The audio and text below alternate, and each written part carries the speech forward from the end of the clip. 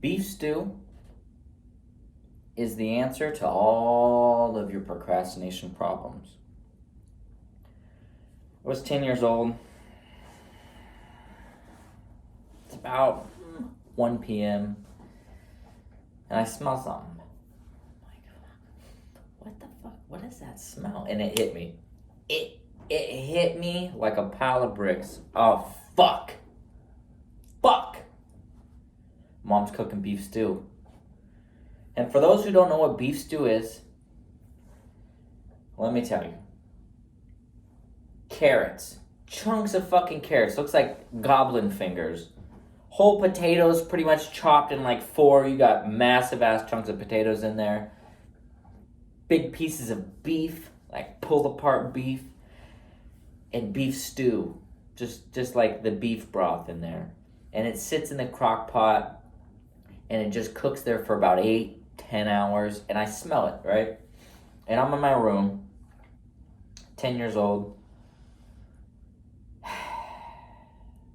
Fuck.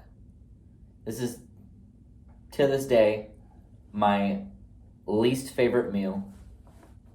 And I'll never eat it again. Never. But at the time, it was my least favorite meal. Still is my least favorite meal. And I'm about 10 years old. I'm feeling independent. I'm like, fuck that shit.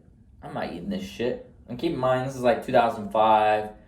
You know, I'm going through a stage. I got my oversized North Carolina jacket on, like really oversized. I got like a Jordan chain on. And, you know, I'm listening to Lil Wayne and 50 Cent. I think Get Rich or Die Trying was out that time. Real problematic fucking little kid, you know. I thought I was fucking from the hood. And so I'm like, fuck that shit. You know, tonight's gonna be different. Tonight, I'm not eating that shit. I'm gonna take a stand. I don't need to. You know, it's my fucking table. I'm gonna run this shit.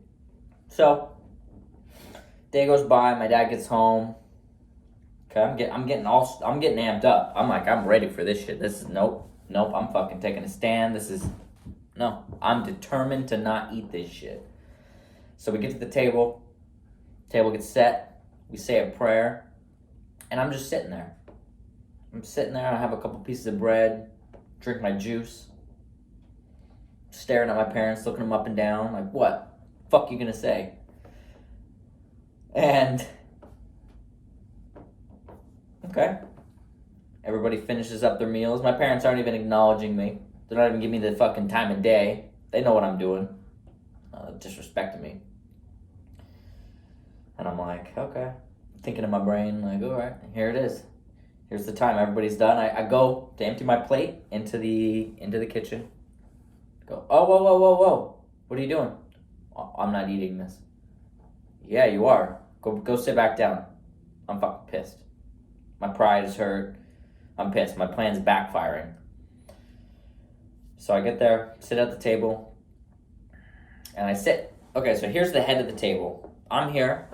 TV's to my left. So I position myself to sit there. I go sit back down at the table, and I'm playing the game. I'm pretending like I'm not watching the TV, even though it's on. I'm waiting for them to leave so that, when they leave, I can start watching the TV. They're like, oh, hey, no, sit over here. You're not watching TV. They know. They're not stupid. So I'm like, fuck, I'm really pissed off now. I'm sitting here. I'm wasting my day. I got to go to bed in probably an hour and a half. They all leave the table. They turn the lights off. So I'm at the table, sitting with myself and my thoughts, and a big thing of beef stew. And all of a sudden, 10 minutes goes by, and I have an idea that will change my life forever. I didn't know it at the time, but it changed my life forever. So I scream. I said, Mom! Mom! Mom! I'm pissed, right? I'm fucking heated. I'm heated. Mom! She comes in, and I say these few things, like I said, that changed my life forever. They set my life's trajectory on a path that probably was the most impactful moment of my life. So I say this. If I eat my salad and my green beans, can I be done? And she says yes. Oh, fucking win. You know, I was determined. I wasn't going to eat that shit. I was determined. So, in that desperation, I came up with this idea of negotiation, of a value proposition.